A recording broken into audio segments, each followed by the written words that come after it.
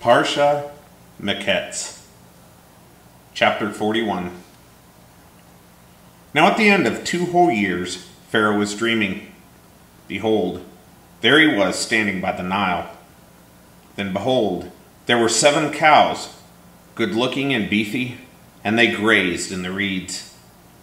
Then behold, there were 7 other cows coming up after them from the Nile, ugly and emaciated, and they stood beside the cows at the edge of the Nile. Then the ugly, emaciated cows ate the 7 good-looking, beefy cows, and Pharaoh woke up. Then he slept and dreamed a second time. Behold, there were 7 ears of corn coming up on one stalk, plump and good. Then behold, there were 7 ears of corn, thin and scorched by the east wind, sprouting up after them. Then the 7 thin ears of corn swallowed up the 7 plump and full ears of corn. Then Pharaoh woke up. It was a dream. But in the morning he was disturbed in his spirit. So he sent and called for the fortune-telling priests of Egypt and all its wise men, and Pharaoh told them his dream. But no one could interpret the dream for Pharaoh. Then the chief of the cupbearers spoke with Pharaoh, saying, I am reminded of my sins today. Pharaoh had been angry with the servants and put me in the custody of the house of the commander of the bodyguards, me and the chief of the bakers. Then we each dreamed a dream on the same night, he and I. We both dreamed, yet each dream had its own interpretation. Now there was with us a Hebrew youth, a slave belonging to the commander of the bodyguards. When we told him, he interpreted our dreams for us. Each man's dream he interpreted. And it came about just as he interpreted for us, so it happened. Me he restored unto my position, but him he hung. Then Pharaoh sent and called for Joseph. So they quickly fetched him from the pit. He shaved, changed his clothes, and came to Pharaoh. Then Pharaoh said to Joseph, I dreamed a dream, and there's none to interpret it. I heard about you. It's said that you can listen to a dream and interpret it. Then Joseph answered Pharaoh, saying, It's not within me. God will answer with shalom for Pharaoh. So Pharaoh said to Joseph, In my dream there I was, standing by the bank of the Nile. And to my surprise, out of the Nile 7 cows were coming up, beefy and good-looking, and they grazed in the reeds. Then all of a sudden, there were 7 other cows coming up after them, feeble, very ugly, and emaciated. I've never seen the likes of these in the whole land of Egypt for ugliness. Then the emaciated and ugly cows ate the first 7 beefy cows. When they were devoured, one couldn't tell that they had been devoured. Their appearance was as ugly as it was at first. And I woke up. Then I saw in my dream there were 7 ears of corn coming up on one stalk, plump and good. Suddenly there were 7 ears of corn, dried up, thin, and scorched by the east wind, sprouting up after them. Then the thin ears of corn swallowed up the 7 good ears of corn. So I told them to the fortune-telling priests, but no one could provide me with an explanation. Then Joseph said to Pharaoh, Pharaoh's dream is one. God has told Pharaoh what he is about to do. The 7 good cows, they are 7 years. And the 7 ears of corn, they're 7 years. It is one dream. The 7 emaciated and ugly cows coming up after them, they're 7 years. Also the 7 empty ears of corn scorched by the east wind, there will be 7 years of famine. It is the word that I have already said to Pharaoh. What God is about to do, he has shown to Pharaoh. 7 years of abundance are about to come in the whole land of Egypt. Then 7 years of famine will come up after them, and all the abundance in the land of Egypt will be forgotten, and the famine will consume the land. So the abundance in the land will be unknown because of the famine that follows, for it will be a very oppressive famine. Now as for repeating Pharaoh's dream twice, it's because the matter has been settled by God, and God will quickly make it happen. So now let Pharaoh select a man discerning and wise, and set him in authority over the land of Egypt. Let Pharaoh act by appointing administrators over the land and take a fifth portion from the land of Egypt during the 7 years of abundance. Then let them gather all the food from these good years that are coming, and let them store up grain under Pharaoh's hand as food for the cities, so they may preserve it. Let the food be held in reserve for the land for the 7 years of famine that is coming upon the land of Egypt. Then the land will not be annihilated by the famine. Now the plan seemed good in the eyes of Pharaoh as well as all his servants. Then Pharaoh said to his servants, "Can a man like this be found, one in whom is God's Spirit?" Then Pharaoh said to Joseph, "Since God has made all this known to you, there is no one as discerning and wise as you. You will be over my house, and all my people will pay homage unto you. Only in relation to the throne will I be greater than you." Then Pharaoh said to Joseph, "See, I appoint you over the whole land of Egypt." Then Pharaoh removed his signet ring from his hand and put it on Joseph's hand, clothed him with fine linen garments, and put a chain of gold around his neck. Then he had him ride in the chariot as second in command, the one that belonged to him. And they called out before him, "Kneel down." So he appointed him over the whole land of Egypt. Pharaoh also said to Joseph, "I am Pharaoh, yet without you permission, no one will lift up his hand or his foot in the whole land of Egypt." Then Pharaoh named Joseph Zanaphanath-Paneah, and gave him Asenath, daughter of Potiphera, priest of On, as his wife. Then Joseph went out in charge of the land of Egypt. Now Joseph was 30 years old when he began serving as representative of Pharaoh, king of Egypt. Joseph went out from the Pharaoh's presence and passed throughout the whole land of Egypt. During the 7 years of abundance, the land produced in heaps. So he gathered all the food in the land of Egypt during the 7 years and put food in the cities. The food from the city fields surrounding the cities he put in each city. So Joseph stored up grain like the sand of the sea, vast amounts, until he stopped keeping record because it was beyond counting.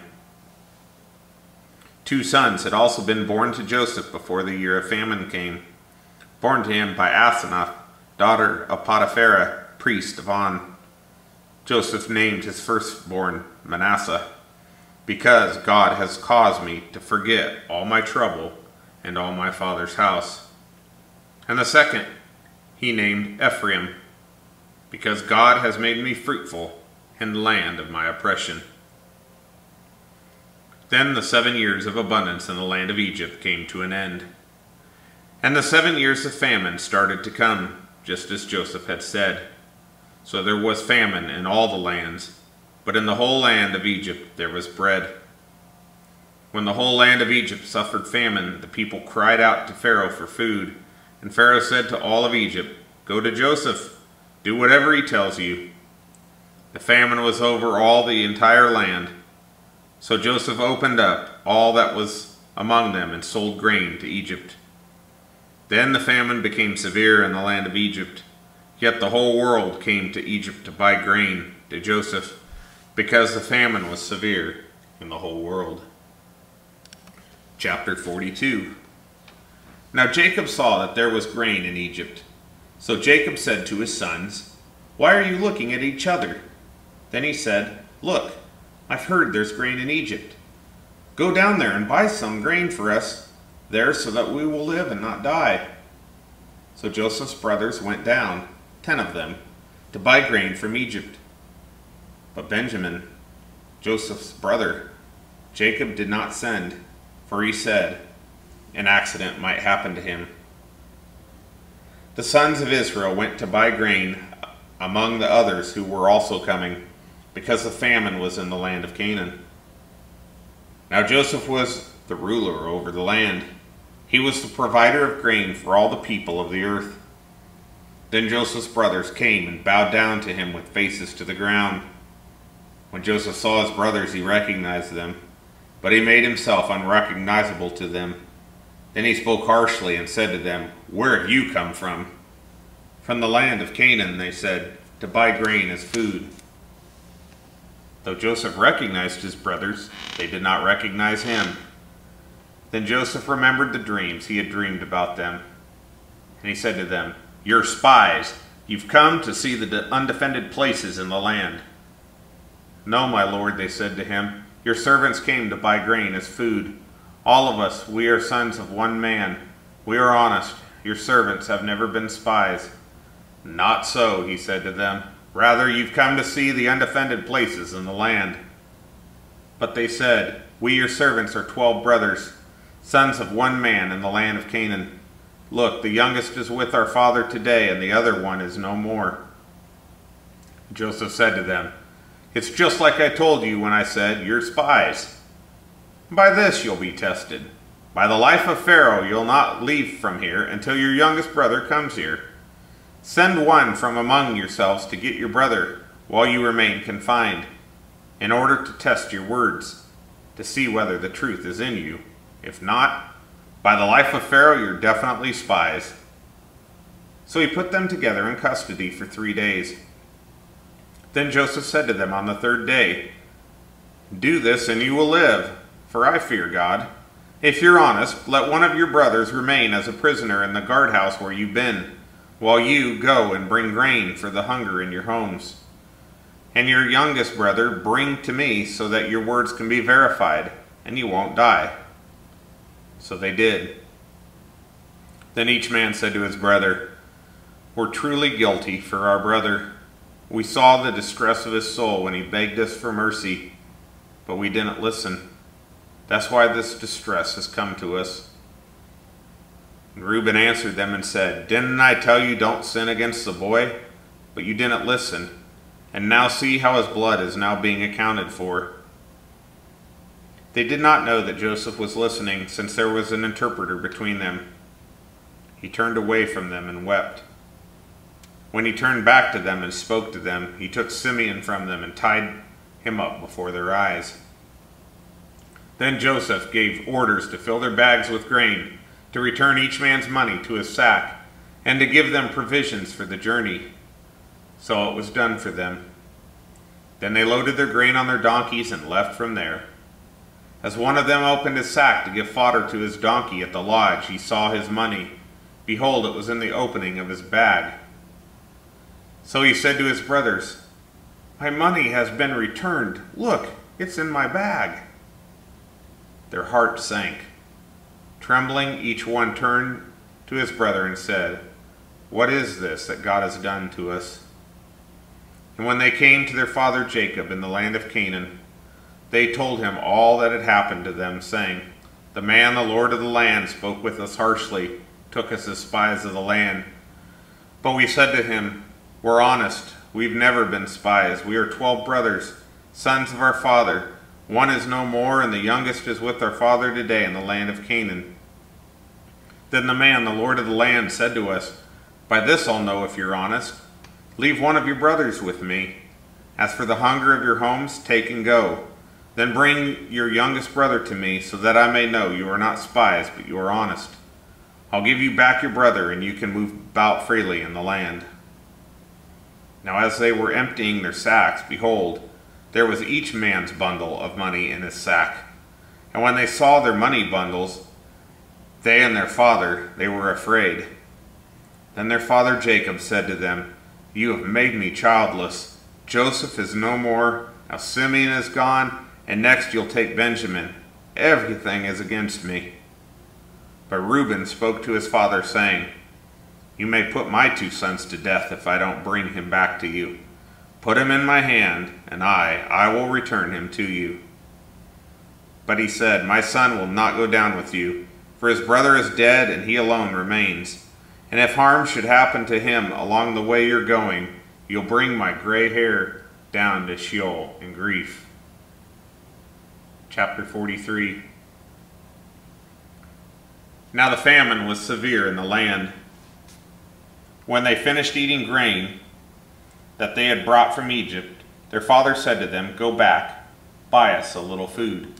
But Judah said to him, "The man warned us firmly, saying, 'You won't see my face unless your brother is with me. If you send our brother with us, we will go down, and buy grain for you for food. But if you won't send him, we won't go down, because the man said to us, 'You won't see my face unless your brother is with you.'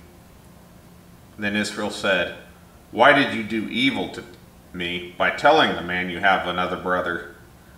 And they said, 'The man questioned particularly about us and about our relatives, saying, Is your father still alive? Do you have a brother?' So we spoke to him on the basis of these words. How could we possibly know that he would say, 'Bring your brother down'?" Then Judah said to his father Israel, "Please send the boy with me, and we'll get up and go, so that we'll live and not die, we and you and our children. I myself will be his pledge. You can demand him back from my own hand. If I don't bring him back to you and place him before you, you can blame me all my days. If we had not delayed, we could have returned twice by now." Then their father Israel said to them, "If it must be so, then do this. Take some of the best products of the land in your bags, and bring an offering down to the man, a little balsam and a little honey, gum and myrrh, pistachios and almonds. Also take in your hand a double portion of silver, and bring back in your hand the silver that had been returned in the mouth of your sacks. Perhaps it was a mistake. Take your brother too. Now get up, go back to the man. May El Shaddai grant you mercy before the man, so that he may release your other brother to you, along with Benjamin. As for me, if I'm bereaved, I'm bereaved." Then the men took this offering. They also took the double portion of silver in their hand, as well as Benjamin. So they got up and went down to Egypt and stood before Joseph. When Joseph saw Benjamin was with them, he said to the one over his house, "Bring the men into the house.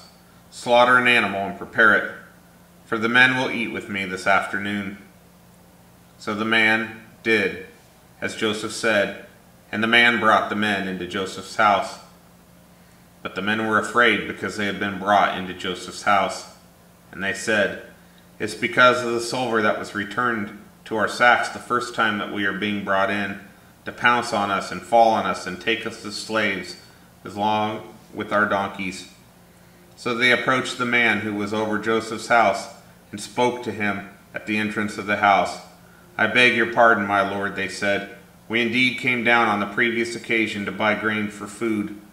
When we came to the lodge and opened our sacks, behold, there was each man's money at the opening of the sack, the full amount of our money. So we've returned it in our hand. Moreover, we've brought down other money in our hand to buy grain for food.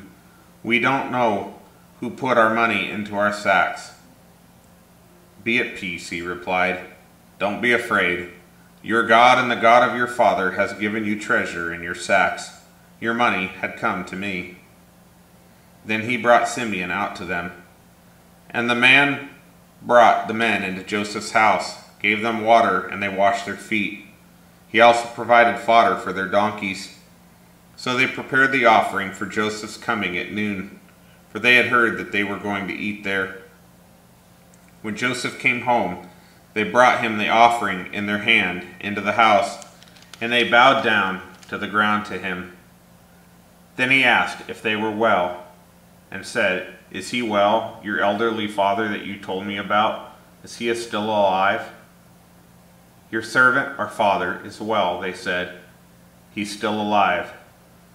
Then they knelt and bowed down. Then he lifted up his eyes and saw his brother Benjamin, his mother's son, and said, "Is this your younger brother whom you mentioned to me?" Then he said, "May God be gracious to you, my son." Then Joseph hurried out, because his compassion grew warm and tender toward his brother, so that he wanted to cry. So he went into an inner room and wept there. Then he washed his face, came out, controlled himself. "Serve the food," he said. So they served him by himself, them by themselves, and the Egyptians who were eating with him by themselves. For Egyptians could not eat with the Hebrews, because it was an abomination to the Egyptians. They were seated before him, the firstborn according to his birthright, and the youngest according to his youth. The men looked at each other in astonishment. Then portions were brought to them from before him, and Benjamin's portion was 5 times larger than any of their portions. Yet they drank and made merry with him. Then he commanded the one over his household, saying, Fill the men's sacks with as much food as they are able to carry, and put money in the opening of each man's sack. Put my cup, the silver cup, in the opening of the sack of the youngest, along with his grain money. So he did as Joseph told him. When the morning dawned, the men were sent off, they and their donkeys. They left the city and did not get far, when Joseph said to the one over his household, Get up, go after the men. When you catch up to them, say to them, Why have you repaid evil for good? Isn't this the one from which my Lord drinks? He even uses it especially to discern by divination. What you've done is evil. So he caught up to them and spoke these words to them. And they said to him, Why does my Lord say such things? Far be it from your servants to do such a thing as this. Look, the money we found in the opening of our bags we brought back to you from the land of Canaan. So how could we steal silver or gold from your Lord's house? Whoever among your servants is found with it, let him die, and we will also be my Lord's slaves. Even now let it be according to your words, he said. The one with whom is found shall be my slave. The rest of you shall be innocent.